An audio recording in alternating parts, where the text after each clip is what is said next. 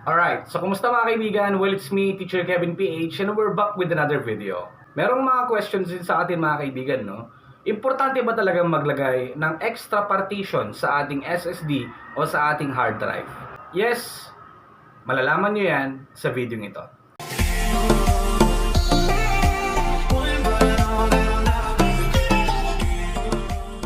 Bakit ba tayo naglalagay ng partition sa ating hard drive? Well, ang paglalagay ng partition mga kaibigan is dinidivide natin yung ating hard drive depending on the size that we desire. So, halimbawa, meron kang 1 terabyte, kung gusto mong hatiin yon, pwede mong gawing 400 gigabyte. Pwede lang din mga kaibigan, no? Kung meron kang 500 GB, pwede mong hatiin yon. Pwede mong gawing 150 GB para sa OS at 350 GB naman para sa mga files. Ang importansya kasi ng paglalagay ng partition natin sa ating hard drive is to make a safe place para sa ating mga files, mga documents mga kaibigan. Di ba tinatawag natin yung drive C as a drive para sa operating system, drive D para sa mga files, kung saan tayo pwedeng mag-backup, kung saan tayo pwedeng mag-secure ng mga files. For example, no, meron kang 500 GB. Ngayon, meron na agad isang partition yan para sa operating system. If possible mga kaibigan, gawa pa tayo ng ibang partition kung saan tayo mag-i-store ng mga files. Dapat separated po ang partition ng operating system at sa kung saan tayo mag-i-store ng mga files. Ganito kasi yan.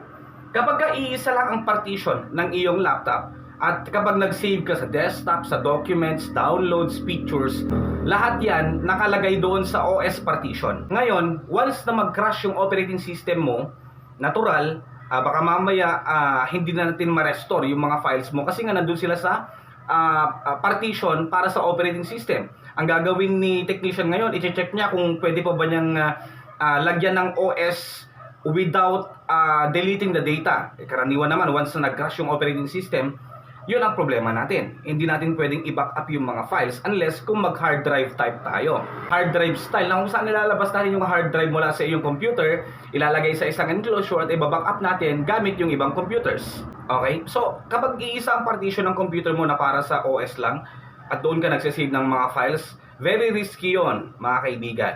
So, para mas magkaroon tayo ng safe space or storage para sa ating mga files, kailangan natin gumawa ng extra partition kung saan lang natin pwedeng ilagay yung mga files natin. That would be the safest partition.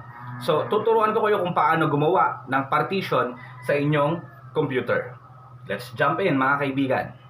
So, punta lamang po tayo dito sa may settings mga kaibigan. Yan. And then type natin dito ang create and format. Yan, magpapakita to mga kaibigan. Tignan nyo naman, iisa lang yung partition ng computer natin. Makikita nyo yung partition dito rin sa File Explorer, this PC. Tapos yan, iisa lang yung partition. Meron akong 500 GB mga kaibigan, no? So, kailangan kong gumawa ng partition para sa aking mga files. Yan, so magpapakita yan mga kaibigan. Right click lang natin tong OS, itong may pinakamalaking size na GB. Right click, then click natin ang shrink volume. Yan. And then ngayon, i-measure na natin mga kaibigan kung ilang GB yung gagawin nating partition, no? For example dito, yan, para sa OS maglagay lang tayo ng kahit 180. So ang gagawin natin dito 300,000 o 320,000. Yan, 320,000 kasi 500 GB naman yung sa atin. Shrink. Yan, hintayin nyo lang na matapos yan mga kaibigan. Then there you go. Nandito na yung 312 GB natin kung saan tayo mag-i-store ng mga files. Para sa OS, hindi na tayo mag-save dyan mga kaibigan. Dito na tayo. Right click, new simple volume, next, next, next, next, finish. Yun, tapos na. Nakapag-create na tayo ng extra partition. Punta tayo sa may File Explorer, this PC, and there you go. Nahati na mga kaibigan.